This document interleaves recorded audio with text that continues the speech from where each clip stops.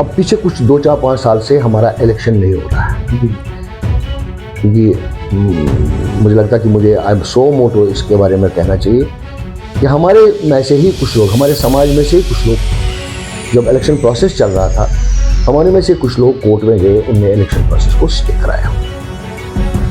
और election process को कब स्टे कराया? जब कल इलेक्शन है, आज के दिन में स्टे आया। उससे पहले date of nomination, date of withdrawal हो चुका था। एज अ प्रेसिडेंट अनकंटेस्टेड अपने नॉमिनेट चुने हो जाता था, और बाकी इलेक्शन पॉसिबल नहीं है। मैं उनसे भी ये कहना चाहूँगा, जो वो लोग हैं वो हमारे समाज के ही लोग हैं। हाँ, जो भी होगा उनको से मैं रिक्वेस्ट करना, अपील करना चाहूँगा, आइए कोर्ट केस को विड्रॉ करिए, हम 1 महीने में इसका इलेक्शन कराएंगे।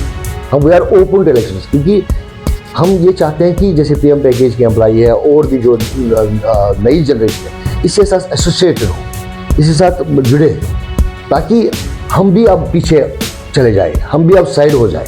क्योंकि नए लोग आ जाएंगे, नए लोगों को एक दृढ़ता होगी। वो जिस तरह से हमने अभी तक काम किया, निस्वार्थ भाव से, दृढ़ता से, एक संकल्प के तरह के इसको एक ईश्वरीय कार्य माना है, इसी तरह से वो भी माने और इलेक्शन कराएं। और नई बारी आएगी, नए लोग आएंगे, नई कमेटी बनाएगी, और मैं उनसे अपील करूंगा कोर्ट के साथ, और जो उनके अगर कुछ है उनके डिफरेंस है, कॉन्स्टिट्यूशनल इश्यूज को छोड़कर बाकी जो भी इश्यूज हैं, दोज कैन बी सेटल्ड। आप देख रहे हैं द राइट न्यूज और मैं हूं Rohit Bhatt. The right conversation में हमारे साथ बातचीत करने के लिए आज भारत भूषण भट्ट जी हैं, जो कि प्रेसिडेंट है ZDPC ज्येष्ठा देवी प्रबंधक कमेटी के। साथ ही साथ आज इनका पूरा इंट्रोडक्शन देंगे। Social activist right from childhood, convenor ABP 1974, founder Hindu student union in Kashmir 1975, incharge of RSS 1975 to 1979, member of Hindu Youth Forum, All India Assistant Secretary General of All India Audit and Account Association। जो शख्सियत मेरे साथ आज मेरे बीच में, हमारे बीच में the right news के स्टूडियो में है, बहुत सारा काम इन्होंने किया है। सबसे पहले भट्ट साहब, आपका स्वागत है द राइट न्यूज में। थैंक यू रोहित जी। आज आपने मुझे बुलाया, इसलिए आज एक ऐसा पवित्र दिन है वीरवार का। मैं आपका प्रश्नों का जवाब देने से पहले आज के दिन की महिमा के बारे में बताना चाहूँगा कि आपने सुना होगा, सागर मंथन के बाद जब भगवान शंकर ने, महादेव ने माता ज्येष्ठा की उत्पत्ति कर दी थी राक्षसों का नाश करने के लिए। जब उन्होंने राक्षसों का नाश किया, उसके बाद उन्होंने ज्येष्ठा देवी मंदिर को, ज्येष्ठा देवी माता को प्रेजेंट जो जीठियर जगह है उसी कुंड में स्थापित किया, और ये उसको बूंद दिया, ये उसको वरदान दिया कि जो आज के दिन और या बाकी दिनों में आपकी पूजा करे, आपकी मुझसे मनोकामना मांगे, आप उसकी मनोकामना पूरी करते रहो। और वो दिन वीरवार का दिन था, ज्येष्ठ कृष्ण पक्ष पंचमी। उस दिन जब ये माता ज्येष्ठा का वहाँ प्रतिष्ठान हुआ था, भगवान महादेव ने किया था, तब ज्येष्ठा देवी, तब वीरवार का दिन था, और तब से आज तक वीरवार जो है बहुत महत्व का दिन माना जाता है माता ज्येष्ठा के लिए। जी जी, हम भी बहुत लकी हैं कि आज ही के दिन आप यहाँ पे हैं, वीरवार के दिन, और आपसे बातचीत कर रहे हैं। बहुत बहुत धन्यवाद आपका भट्ट साहब। हम जानना चाहेंगे माता के मंदिर के बारे में कि आप बहुत सालों से, कई सालों से वहाँ पे अपनी सेवाएं दे रहे हैं माता के मंदिर में, एज ए प्रेसिडेंट ZDPC के हैं। जो डेवलपमेंट की बात करें as compare to other temples in Srinagar, बहुत सारे, मैं अपने दर्शकों को बताऊं कि बहुत सारी समितियां हैं जो वहाँ अलग अलग मंदिरों की देख रेख कर रही हैं। लेकिन अगर हम कंपेयर करें एज कम्पेयर टू ज्येष्ठा देवी माता के मंदिर में जो डेवलपमेंट है, उसकी अगर बात करें तो हर साल जो डेवलपमेंट है वो इंक्रीज हो रही है। तो क्या और डेवलपमेंट है, और अभी तक आपने क्या डेवलपमेंट की है इस साल? अगर हम ये साल जाने वाला है, इस साल की बात करें, और आने वाले साल में आप क्या डेवलपमेंट करने वाले हैं, हमारे दर्शकों को बताइए। रोहित जी, ऐसा है कि पहले मैं ये एक बात बताना चाहूँगा आपको कि ये एक स्थापन है, द ओनली स्थापन इन कश्मीर, जो post migration, post displacement of Kashmiri Pandit develop हुआ कश्मीर में। राइट। अगर जो भी वहाँ गए होंगे 1990 तक, उनने देखा होगा पुरानी सड़क हुआ करती थी। हाँ, तब भी लोग आते थे हबा गदल से, जैना गदल से, जवाहर नगर से आते थे वीरवार को पूजा करने के लिए। एक छोटा सा मंदिर हुआ करता था और वीरवार के दिन वहाँ लोग आया करते थे। लेकिन डेवलपमेंट के नाम पर कुछ नहीं था, झाड़ियाँ थी, सब कुछ था। ये जब माइग्रेशन हुई, डिस्प्लेसमेंट हुई, उसके बाद जो सेंट्रल गवर्नमेंट स्टाफ है, सेंट्रल गवर्नमेंट एम्प्लॉइज थे, उनको वापस वैली में नौकरी करने के लिए कहा गया। और उसमें एक बड़ा एक तबका था एजिस ऑफिस का, जिनको उन्होंने होटल सेंटूर, जो वहाँ से 2 फर्लॉन्ग दूर है इस मंदिर से, वहाँ पर हाउस किया।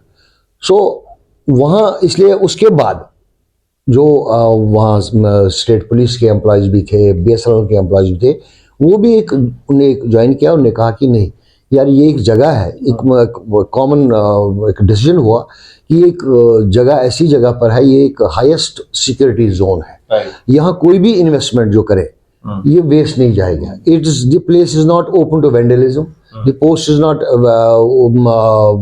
Open to encroachments, it is a very secured place. और यहाँ जो है एक आइडिया आया कि यहाँ ऐसा क्यों ना किया जाए कि ऐसी एक प्लेस क्रिएट की जाए जो बाहर हमारे कश्मीरी पंडित लोग गए हैं, अलग अलग जगहों में डिस्पर्स हुए हैं, वो जब आए कश्मीर में उनको यहाँ बैठने के लिए जगह मिल जाए।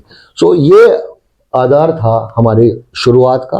तो शुरुआत में से मैं आपको एक बताना चाहूँगा कि सबसे बड़ी बात ये थी, जब हमने पहले झाड़ियाँ साफ कर दी, उसके लिए भी बड़ी स्टोरी है, उसमें 1-2 साल लगे झाड़ियाँ साफ करने में।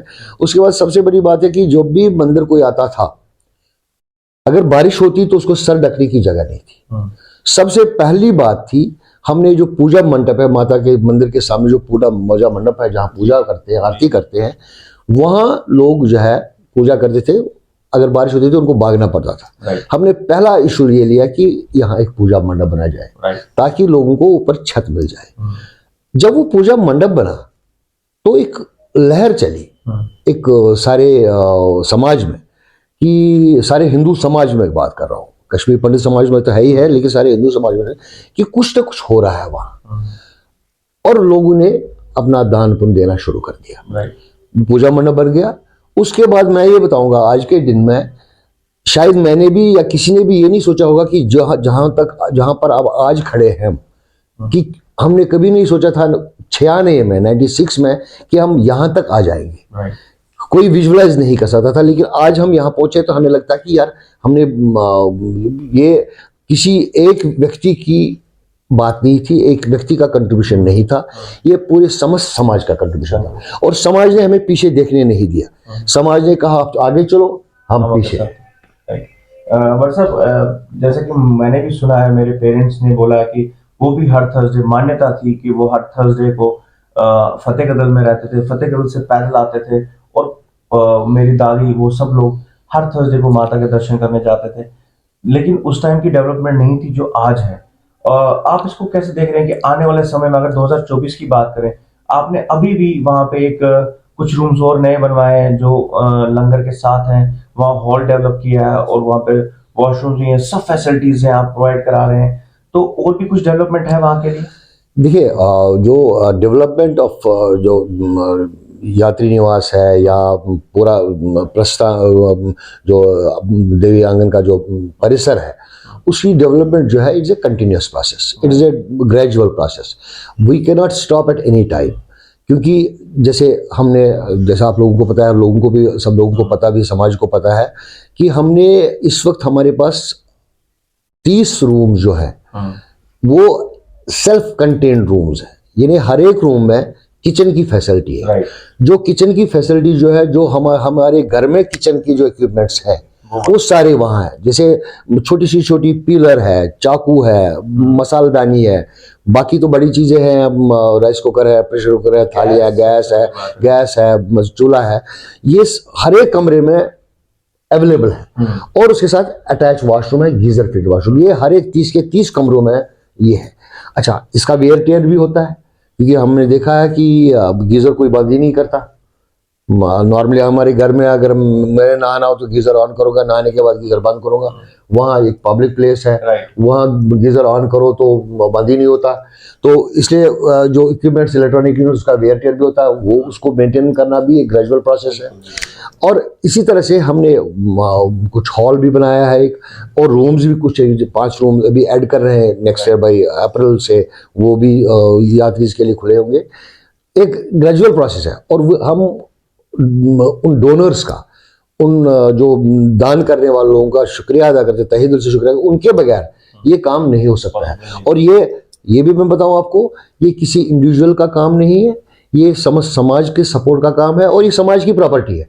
और ये हमने आज मन को एक तसल्ली हो रही है कि हमने इसको एक होम आउट ऑफ होम बनाया है, कि जो लोग बाहर गए हैं वो जब आते हैं वहां, तो जब वो यहाँ रुकते हैं तो उनको लगता है कि मैं घर में रुक रहा हूँ, क्योंकि घर में उसका सामान है, किचन है, हर एक चीज फैसिलिटी है, और वहां से वो उठ के जाता है जहां से वो माइग्रेट कर गया, उस जगह को भी देखता है, उसको तसल्ली होती है कि हाँ ये मेरी जगह थी, अब रही, अब वो जगह रही है उनकी या नहीं रही है, वो दैट्स अ सेकेंडरी क्वेश्चन। लेकिन वहां जाते हैं, उनको एक तसल्ली होती है कि अब मातृभूमि में आए, और मातृभूमि के लिए एक स्टेपिंग स्टोन है, वहाँ एक जगह बनाई है कि वो आए हैं लोग, और वो वहाँ आके रहते। बिल्कुल, मैं अपने दर्शकों को ये बताना चाहूंगा कि हम भी जब कार्यक्रम करने जाते हैं, हमारे जो इवेंट्स होते हैं वहां पे हमारी टीम भी इसी मंदिर में रुकती है, इसके परिसर में रूम्स में रुकती है।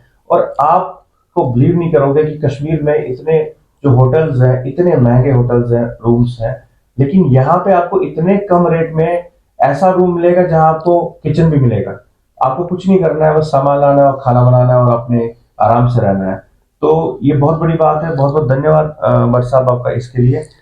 हम आगे बढ़ते हैं, हम बात करते हैं, आप सोशल एक्टिविस्ट भी हैं, आपने समाज को बहुत नजदीकी से देखा है। मेरा सवाल आपसे ये है कि जो हमारे पहले भी मैं आपसे बात कर चुका हूँ इसके बारे में, जो रिटर्न पॉलिसी के बारे में, और जो अभी अभी जो सिचुएशन है, क्या भट्ट साहब आपको नहीं लगता कि कश्मीरी पंडित बटे हुए हैं अलग अलग हिस्सों में, और बात एक नहीं हो रही है, एक बात नहीं कर रहे हैं, और ज्यादातर व्हाट्सएप पे ही मैसेजों के थ्रू ही अपनी बातें रखी जाती हैं, वो उससे आगे नहीं बढ़ती। और इससे पहले हमारे एक स्पीकर आए थे यहाँ पे, कुंदन कश्मीरी जी आए थे, उनसे मैंने ये सवाल किया था कि आपके जो लेख आते हैं वो व्हाट्सएप पे ही आते हैं, क्या उनका कभी रिप्लाई आता है? तो उनका जवाब था कि कश्मीरी पंडित के पास जो ताकत है वो कलम की है, कलम से ही वो जवाब देता है। लेकिन मुझे अभी तक वो चीजें कहीं दिख नहीं रही है। मैं उनका नाम इसलिए कोट कर रहा हूँ क्योंकि वो इंटरव्यू ऑलरेडी पब्लिश हो चुका है। क्या सोल्यूशन है, आपको क्या लगता है, क्योंकि आप ऑन ग्राउंड है, क्या सोल्यूशन है इन चीजों का?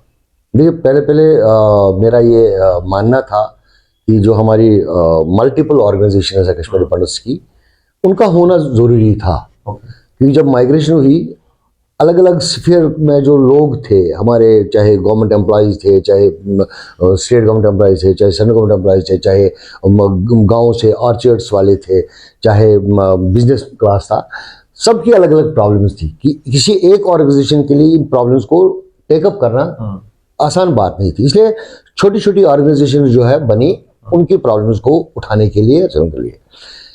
लेकिन अब स्टेज ऐसा आया है कि इन छोटी छोटी ऑर्गेनाइजेशनों को मिलकर एक जॉइंट एक स्ट्रेटजी बनानी चाहिए कि अपने हमारे कश्मीरी पंडितों के फ्यूचर के बारे में, क्योंकि आखिरकार हमारा कल्चर, हमारा हेरिटेज, हमारी मातृभूमि, क्योंकि कश्मीरी पंडितों के बगैर इनकम्प्लीट है। हमारे स्थापन वहाँ है, हमारे धार्मिक स्थल वहाँ है, हमारे जैसे अमरनाथ जी की गुफा है, खीरभवानी है, खीरभवानी टिकर है, जिष्टा देवी है, माता शारिका है, ज्वाला माता है, ये सारे हमारे सिंबल्स ऑफ फेथ है।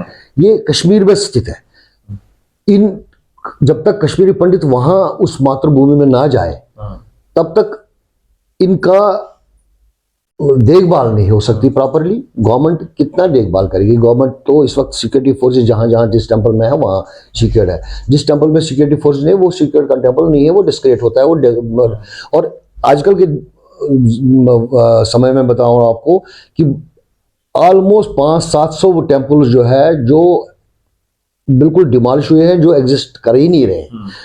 इनफैक्ट हर एक गांव में एक शमशान भूमि हुआ करती थी, जो शमशान भूमि अब है ही नहीं। ये इश्यूज़ हैं, ये हमारी बेसिक इश्यूज़ हैं एग्जिस्टेंस के। अब इन सारी ऑर्गेनाइजेशन को मैं चाहता था कि वो एक जॉइंट फॉर्मुलेट करें, क्योंकि देखिए हम, ये बात अब सही है कि व्हाट्सएप पर ही हम निर्धारित रहे हैं, व्हाट्सएप यूनिवर्सिटी से बाहर आए नहीं है। ये काम जो है एक जॉइंट एक एक्शन फोर्स खड़ा करके एक सर्वे भी किया जाए कि अब देखिए I am a practical man. मैं ये नहीं कहूँगा कि आप कश्मीरी पंडित जैसे वहाँ से डिस्प्लेस हुए कि उसी ढंग से 5 लाख लोग वापस चले जाएं। अब उसमें भी देखिए हम एक विडम्बना है, हमारी एक बदकिस्मती है। पहले तो हम गांव और शहर में डिस्ट्रिक्शन करते थे, एगो गांव मुख एगो शहर। अब ये सिचुएशन आई है, अब माइग्रेंट एंड डिस्प्लेस्ड। अब जो 90 से पहले निकले हुए हैं उनको हम माइग्रेंट कह रहे हैं, उनको अपने से अलग कर रहे हैं, और 90 के बाद जो निकले हैं उनको डिस्प्लेस कहते हैं उनको। सो उसमें भी डिवीजन। अरे कम्युनिटी कितनी है, कम्युनिटी 5.5 लाख 6 लाख लोगों की कम्युनिटी है, चाहे वो 90 से पहले गया है, 47 में गया या 65 में गया या 87 में गया है। कश्मीरी पंडित तो मजबूरी से ही गया है ना। जो 87 के राइट्स अनंतनाग में हुए, वहाँ के बाद वहाँ के लोग निकले अलग अलग राइट्स। बारामूला डिस्ट्रिक्ट में जो है कबाली रेड से उसका 65 में, इवन 72 में भी ब्रंट बारामूला डिस्ट्रिक्ट, जो आजकल बारामूला एंड कुपवारा हंदवाड़ा जो आप कह रहे हो, it was a Baramulla district, उनने सहा है, वहाँ से लोग निकले हैं। अरे इन सारे कश्मीरी पंडितों को हम कंपार्टमेंट्स में क्यों बांटे? हम उनको माइग्रेंट, नॉन माइग्रेंट, गाँव का, शहर का क्यों? ये सारे कश्मीरी पंडित हैं। और ये बात भी सही, जैसे आपने कहा कि कुलन कश्मीर जी ने कहा कि पेन लिखते हैं। हाँ, ये एक बात सही है कि हमने AK-47 नहीं उठाया। हम जब 90 में निकले हैं, हम AK-47 नहीं निकला। हम कश्मीरी पंडित जो है उनने पेन हाथ में लेकर निकले हैं। उनने अपने बच्चों को पढ़ाया, उनने अपने बच्चों को लिखाया, उनने बच्चों को तरबियत दी। और कारण उसका रिजल्ट क्या है? हमारे ऑलमोस्ट 20 कंपनीज के CEOs कश्मीरी पंडित्स हैं, ऑलमोस्ट 15 यूनिवर्सिटीज के वाइस चांसलर्स कश्मीरी पंडित्स हैं। ये एक अचीवमेंट है, ये पेन का कमाल है। लेकिन पेन से मैं व्हाट्सएप यूनिवर्सिटी पर लिखूं और उससे जवाब मुझे कुछ मिल जाए, it's all bogus. Practically Kashmiri पंडितों को एक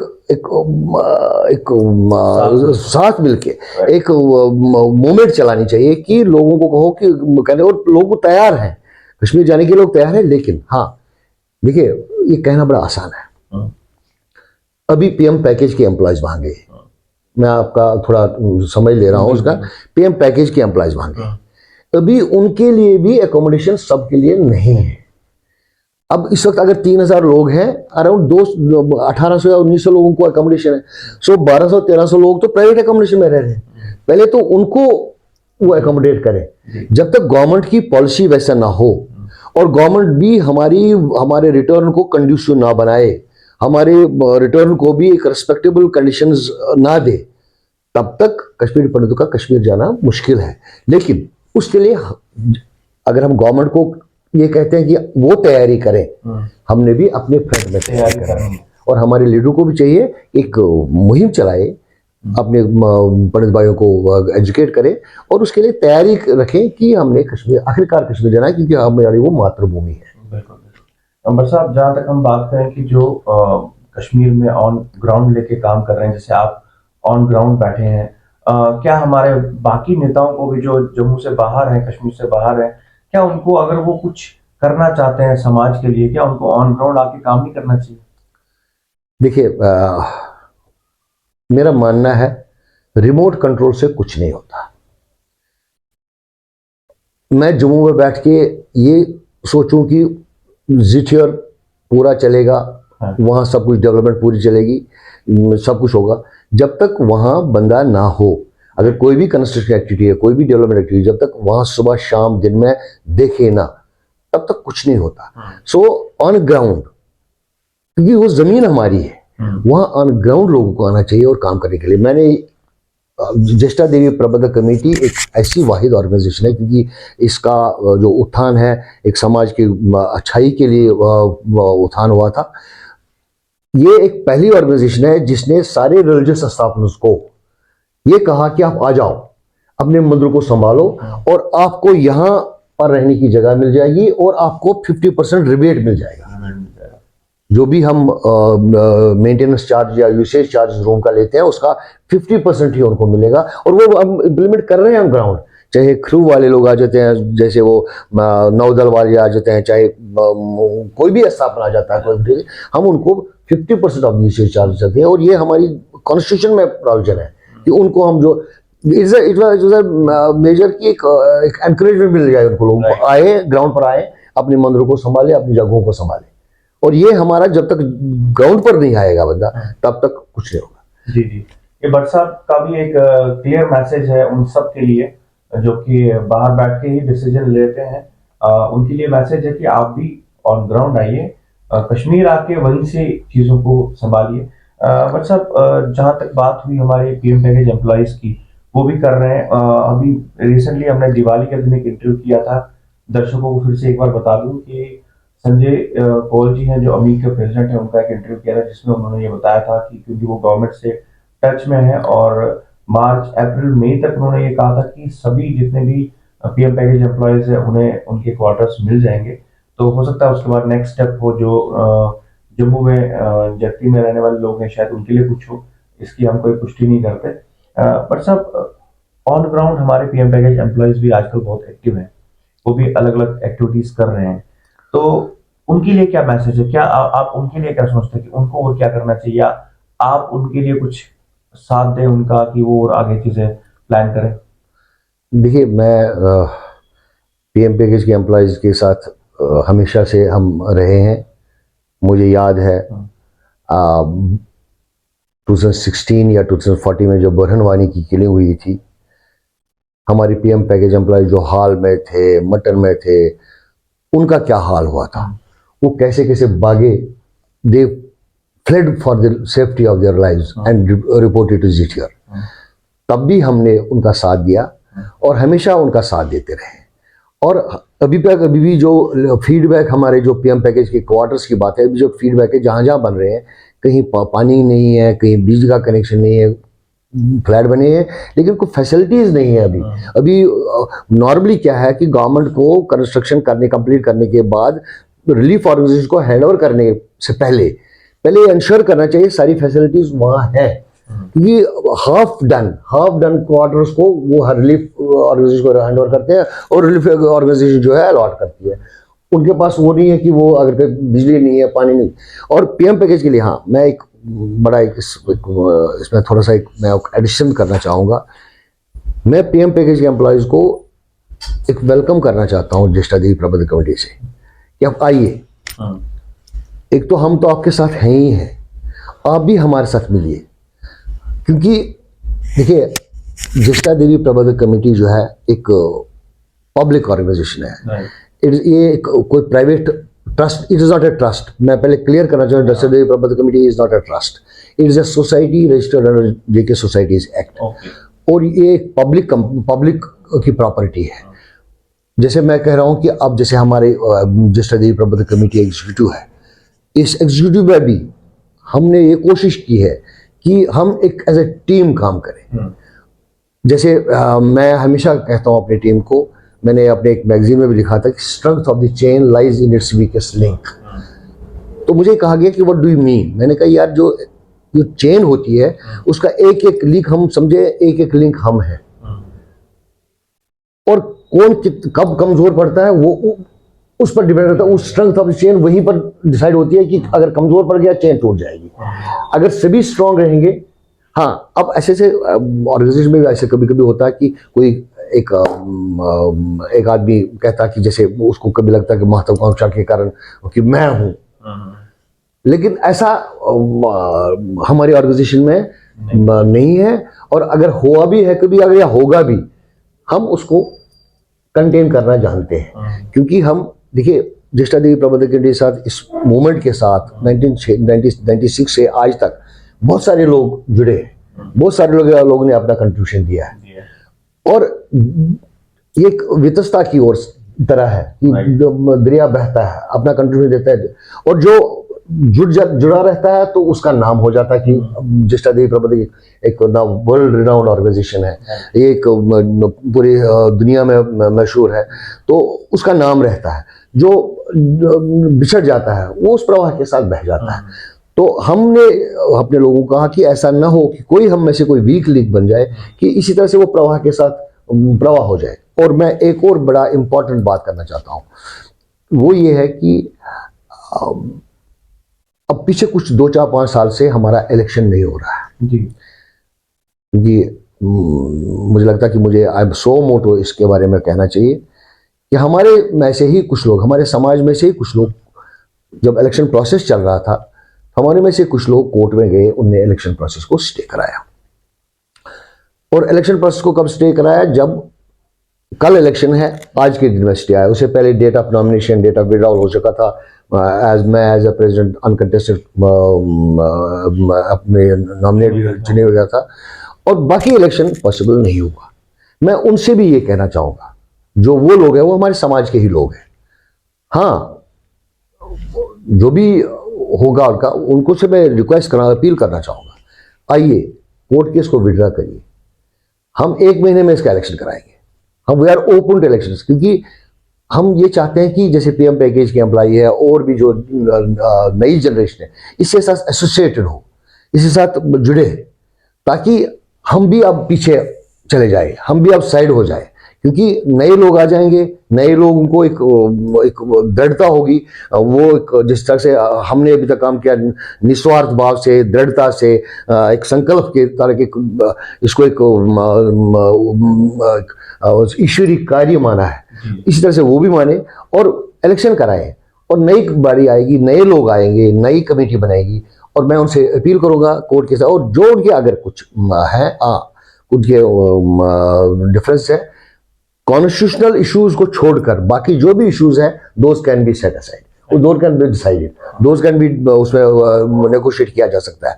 हाँ, कुछ कॉन्स्टिट्यूशन इश्यूज है जिसमें हम कुछ नहीं कर सकते हैं, those we can not violate our constitution, we are bound by our constitution. हाँ, मैं उनसे रिक्वेस्ट करूंगा, आप कोर्ट केस विड्रॉ करिए ताकि हम इलेक्शन करवाएं। मैं ये प्रॉमिस करता हूँ, अगर वो कोर्ट केस कल विड्रॉ करते हैं, फिर 1 महीने में हम इलेक्शन कर देंगे। जी, बहुत बहुत धन्यवाद भट्ट साहब आपका। आपने बहुत सारी बातों पे रोशनी डाली, और साथ साथ में आपने जो महत्व बताया थर्सडे का, कितना इम्पोर्टेंस है, और मुझे वो लिंक हुआ कि मेरे पेरेंट्स भी थर्सडे को हर थर्सडे जाते थे वहां पे। ये थे बीबी भट्ट जी, जो कि ZDPC के प्रेसिडेंट हैं, और इन्होंने बहुत सारी बातों पे रोशनी डाली। बहुत बहुत धन्यवाद आपका हमारे साथ जुड़ने के लिए भट्ट साहब। धन्यवाद रोहित जी, मैं TRNs का बहुत शुक्रिया अदा करता हूँ। मैं उम्मीद के साथ वर्चुअली बहुत देर से, बहुत पहले से जुड़ा हुआ हूँ। रादर मैं नहीं, ज्येष्ठा देवी प्रबंधक कमेटी जुड़ी है। मुझे लगता है कि एक था बीरबल, शायद पहला एक प्ले था जिसमें हम आपके साथ शाना बशाना थे, और हम चाहते हैं कि हम आगे भी जो भी आपका प्रोजेक्ट होगा, हम आपके साथ शाना बशाना चलेंगे, क्योंकि आप समाज का काम करते हैं। अलग अलग प्रणालियाँ होती हैं, अलग अलग वेज होते हैं समाज को एजुकेट करने के लिए। आप भी अपनी लाइन ले रहे हैं, हम भी अपनी लाइन ले रहे हैं। हम आपका सपोर्ट करेंगे, आप हमारा सपोर्ट करेंगे, और आगे भी जो भी कोई प्रोजेक्ट होगा, हम अगर आप लाइक समझेंगे, हम भी आपके साथ फिर से शान बिशान। बहुत बहुत धन्यवाद भट्ट साहब। वीडियो जर्नलिस्ट प्रिया भट्ट के साथ मैं रोहित भट्ट। देखते रहिए द राइटर्स। बहुत जल्द आपसे फिर मुलाकात होगी।